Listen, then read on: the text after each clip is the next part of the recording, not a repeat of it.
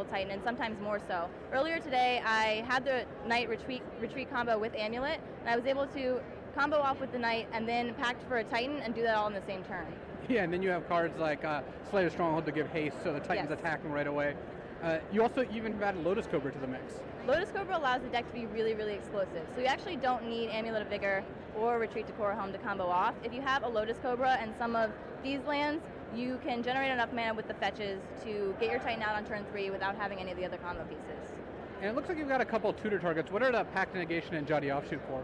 Well, the Pact Negation is basically to keep people from disrupting me when I'm trying to combo off. A lot of times I do side that out, but it has been very relevant in cases like Path to Exile or other removal spells. And then Jotty Offshoot you can get with Summoner's Pact? Can get Jotty Offshoot with Summoner's Pact. It has come up where, like against the super explosive aggro decks like Eldrazi, I've been so low on life that I can't actually do the Knight combo, so I have to pact for Jotty Offshoot to get infinite life before I can go off. Yeah, you like I said, you're matching a lot of different combo pieces together, and one of the cards that seems to kind of make that all work is Teleria West. Yeah, Teleria West allows me to fetch basically any piece of the combo I need. So I can transmute Teleria West to get Summoner's Pact, and that allows me to get all of my creatures. So if I need a Sacro Tribe Scout, I can get that. I've actually pacted for a Sacro Tribe Scout, then given it haste with Slayer Stronghold so that I can use it that turn. And then it can also get other lands like Vesuva, the Stronghold, the Wolf Run. Cavern of Souls is a nice addition too. Cavern of Souls is interesting in this deck because all of the creatures actually have different creature types aside from the Sacred Tribe Scout and the Lotus Cobra. But the cool thing about Cavern in this deck is you can use the Karoo lands to bounce it and then replay it and play multiple spells a turn with different targets on the Cavern.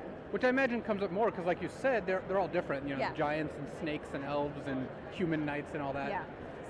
Saying Shaman turn 1 with my Cavern is actually really fun. Yeah, I imagine that's a play that most people are not expecting. And then the rest of the deck, you've got, looks like 4 Windswept Heath, 2 Wooded Foothills to kind of complement the retreats. So this can be any combination of green fetches.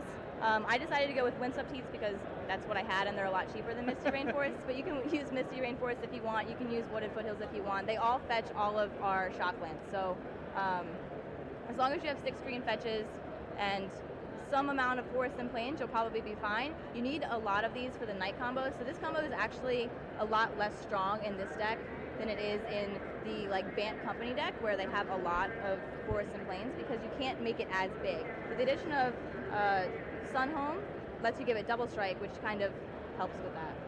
So tell us about some of your sideboard choices. So in the sideboard we have Leyline of Sanctity, which I think is really important against decks like Jund and Abzan. Even against Thought-Knot Seer, it's pretty good, because if someone can disrupt my hand, that's really, really bad for me. In addition to that, we have Spell Skites, which help against things like Eldrazi Displacer and Drowner of Hope, and a couple more green threats. So Dragon Lord Dromoka is really, really good against counter spells. It's also very good against burn, because the 10-point life swing is very, very relevant in those matchups. Mistcutter Hydra is great, in my opinion, as well, because with the infinite mana combo that I have, I can make him really big, he has haste, and it can't be countered, which can just win a bunch of games. Chalice of the Void is kind of a staple in this format right now. It kills a lot of decks. It's very good against things like Burn or Infect. Burn or Infect, even Affinity is pretty good. And you can Teleria West for it. And I can Teleria West for it, which is why I chose Chalice specifically. One of my favorite cards in the sideboard is Fracturing Gust, because it kind of blows out Affinity. And it does cost 5 mana, but in my deck I can get 5 mana consistently on turn 2 or 3. So they'll hit me down to a really low life total, but then I get to gain a bunch of life by destroying a bunch of artifacts. And that works the same with Boggles. And you've got the Stony Silences and Seal of Primordiums, which make your Affinity matchup even better. Yes. I am packing a lot of hate for the Affinity matchup. So basically in the Affinity matchup, I'm signing out like 7 cards. A lot of the combo comes out, and I just try to hate them out and play the late game. What decks do you want to face with this deck? Eldrazi is actually one of the decks that I really want to face, which is why I'm running this deck. It wins consistently on turn 3 or 4, which helps because, especially because the green-red Eldrazi version is a little bit more mid-range, I'm able to just kill them before they can kill me. And in addition to that, any deck that wins after turn 3 is pretty much a deck I want to face. The decks I don't want to see are things like American Control or anything that runs a lot of Electrolyze, Lightning Bolt, because if they take out my 1-drops, I have a bit of a problem. Awesome. This deck looks really cool. Good luck today in the Grand Prix. Thank you. Hello and welcome to a Deck Tech with Matt Severa. Hey. Matt, your weapon of choice this weekend is blue-white Eldrazi. Yep. Why don't you tell me a little bit about your choice for this weekend? Well, I'm not sure how much longer this deck's going to be legal, so I'm not going to pass up my chance to play it. Everyone's talking about how great it is, and it's pretty great. So, yeah. It's a good answer. Basically, blue-white Eldrazi is the deck with a target on its back this weekend. Also, the prey of the format currently. Yeah. So let's go through your creatures real quick. Let's take a look at Endless One and Eldrazi Mimic. It's your 2 drops of the game. So when you're this deck, just very quickly, what are you trying to do in general? Well, I mean, you're hoping that that you have an Ayavugan and that you can play an Endless One, and if you're really ambitious, or not Endless One, I'm sorry, Eldrazi Mimic, Yep. and if you're really ambitious, maybe 2 Mimics, and then just curve into power and you basically use all your mana every turn. So Endless One's really good for that. It can come out as a 2/2 on turn 1, or else and it also scales really well, so it helps you get explosive draws. Same thing with the Mimic. You can play Mimic and just curve into big creatures later, and it hits pretty hard. So yeah, always want to start with that, basically. Yeah, so you can get off to some pretty explosive starts, it seems. Then we have Eldrazi Sky Spawner and also Eldrazi Displacer. Can you talk a little bit about both those cards? Sure. I mean, Sky Spawner is a flyer, so it's great against Affinity, it's good against Infect. Just having 2 bodies in play, is a good thing to do, 3 power for basically 2 mana. And the Scion is useful later in the game, and just on your next turn if you want to wrap into something good. The Displacer is essentially a 2 mana 3/3, sometimes 3 mana 3/3 with a relevant ability that goes really late. I mean, it just works with a lot of the cards in your deck, and it's just a good body to curve into. So I noticed something interesting in this deck list that may not be quite as popular in some other Eldrazi lists. There's only 2 Endless Ones. Why is that? Well, the mirror gets a little bit iffy sometimes when you have Endless Ones sitting there and they just get displaced. I mean, they just die. So there's still, it's a good card because it scales, like I said, it scales really well and it gives you explosive draws, but it can be a liability. That makes sense, yeah. So little concession, maybe you just board him out. Yeah, that makes sense. All right, so taking a look at a little bit higher up on your curve, we see 4 Thought-Knot Seers. Yeah, well, I mean, it's a Thought-Knot Seer. It's a Thought-Knot Seer, pretty good. Probably want to max out on those. Yep, same with Reality Smasher. We know we want to max out on those. Those are amazing. What about Drowner of Hope, though? This is a big reason to play blue. Right. So Drowner, I mean, it's if you have your lands that make 2 mana, it's a lot of power for really not that much mana, and it works really well with Eldrazi Displacer. Gives you a really strong late game, and you can start blinking it in and out, and just keep making a lot of Scions and make their blocks really weird.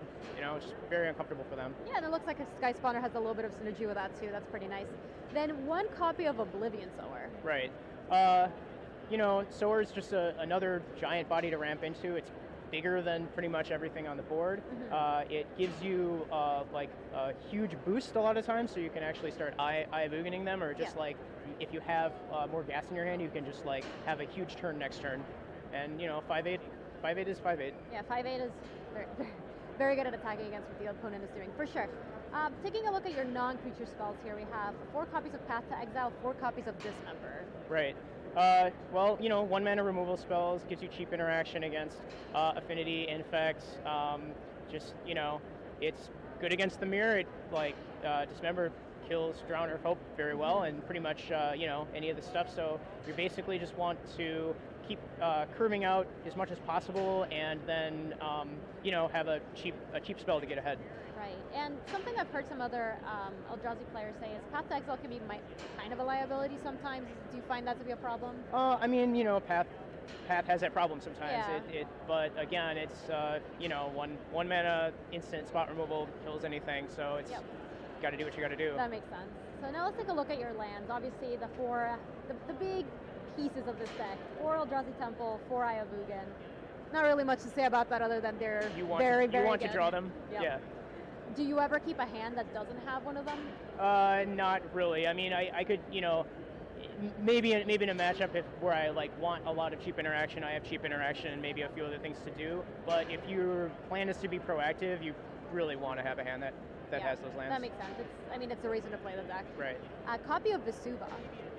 Yeah. Well, I mean, in the mirror, you get to copy, another Eye if you need it, or Eldrazi Temple if you need it. and, you can copy your own Eldrazi temples. Yeah. So yeah. That seems like a very, very neat inclusion in there. And then we have, the usual white, blue lands.